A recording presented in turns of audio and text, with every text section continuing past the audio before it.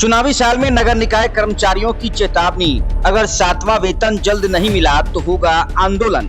Bihar local bodies employees federation के प्रदेश संगठन महामंत्री मोहम्मद असजद आलम ने पटना के एक निजी होटल में प्रेस वार्ता कर सरकार को चेतावनी दी है।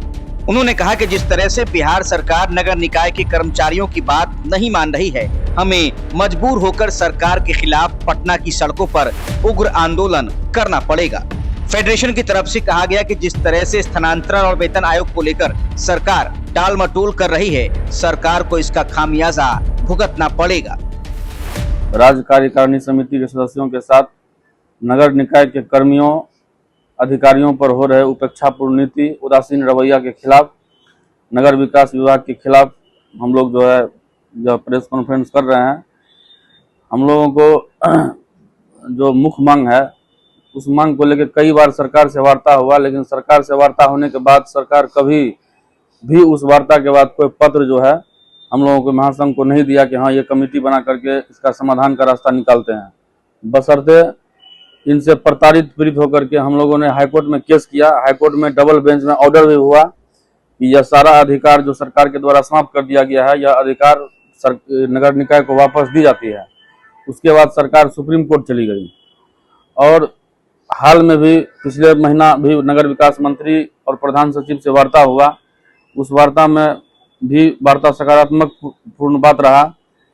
जब भी समस्या लेकर के सरकार के पास में जाते हैं तो सरकार कहती है कि नगर निकाय सक्षम है, और जब नगर निकाय में आते हैं तो नगर निकाय में जब तक अधिकारी सारी बात को समझते हैं कि हाँ ये कर्मी का समस्या का समाधान करना है, और उस और सारे नगर पालिका एक्ट को राज्य के सरकार के द्वारा निर्गत अध्यादेशों को संकलन को समझने में उनको समय लगता है, तब तक में सरकार 3 महीना पर पदाधिकारी का ट्रांसफर भी कर देता है।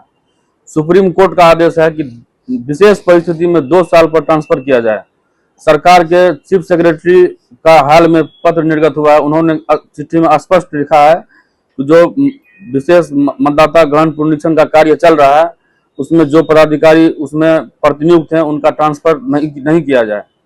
निर्वाचन आयोग से एक गजट प्रकाशित हुआ, उसमें नगर निकाय के बहुत सारे पदाधिकारी उसमें लगे हुए हैं, और हम लोगों ने पदाधिकारियों से बात करके कर्मियों के समस्या का समाधान का बात रखा था। कर्मी के समस्या के समाधान का विचार पहल, सकारात्मक पहल अधिकारियों की ओर से की जा रही थी। इसी बीच सरकार के द्वारा 126 अधिकारी का ट्रांसफर कर दिया गया है।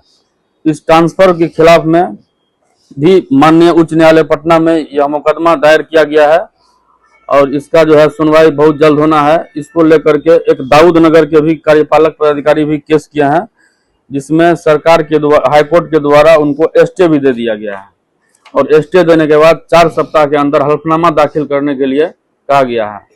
अब सवाल यह है कि एक तरफ उसी चिट्ठी में इतनी जल्दीबाजी सरकार को थी ट्रांसफर में कि 30 तारीख को ही सरकार ने निर्वाचन आयोग से मार्गदर्शन मांगा, क्योंकि निर्वाचन आयोग का कहना था कि अभी किसी का ट्रांसफर नहीं करना है, और 30 तारीख को ही सरकार ने ट्रांसफर पोस्टिंग का आदेश निकाल दिया। अब कर्मचारी जाए तो जाए कहां? कर्मी का समस्या का समाधान कैसे होगा? कैसे नगर निकाय कर्मियों को, इस हरधर्मी सरकार से नगर निकाय कर्मियों को मुक्ति मिलेगी, नगर निकाय का खोया हुआ अधिकार वापस मिलेगा? इसी को लेकर के हम लोग प्रेस कॉन्फ्रेंस कर रहे हैं, और बहुत जल्द जन आंदोलन पटना के सड़कों पर पूरे राज्य भर के कर्मी आंदोलन करने के लिए उग्र होंगे। हम लोग सरकार से यह मांग करते हैं कि जो कर्मियों से जो वार्ता हुआ है उस वार्ता पर अमल करें, और यह जो स्थानांतरण आदेश है गलत ढंग से जो किया गया, इस स्थानांतरण आदेश को भी वापस ले, अन्यथा उग्र आंदोलन करने के लिए। मुख्य मांग क्या है? सरकार आज 2016 में 7वां वेतन राज्य सरकार के कर्मी को लागू किया गया, लेकिन नगर 2016 से लेकर 2025 चल रहा है। ये इतने दिनों की अवधि बीत जाने के बाद आज 8वां वेतन राज्य सरकार के कर्मी को कैसे लागू होगा, उस पर तैयारी सरकार कर रही है, भारत सरकार। लेकिन नगर निकाय के कर्मी आज भी 90% नगर निकाय में 7वां वेतन नहीं मिला है, और इसमें सरकार एक नया दांवपेच क्या लगा दिया है कि अब इसका सत्यापन जिला नगर विकास विभाग से कराने के बाद दिया जाएगा। नगर विकास सरकार का गाइडलाइन है कि वेतन का सत्यापन जो मुफस्सिल का कर्मचारी है, जो अनुमंडल, प्रखंड, अंचल, जिला, सबका वेतन का सत्यापन जिला लेखा पदाधिकारी करता है। फिर नगर निकाय में काम करने वाले जो कमजोर, शोषित, पीड़ित, प्रताड़ित वर्ग के कर्मी हैं, वो अपना सत्यापन कराने के लिए सरकार के पास क्यों आएंगे? और उसमें कर्मियों को बहुत भारी मशक्कत का सामना करना पड़ रहा है। तो उसमें भी सरकार के द्वारा जो है, इसमें नगर विकास को 25,000 रुपया फाइन भी भरना पड़ा हाई कोर्ट में। यह जजमेंट डबल बेंच में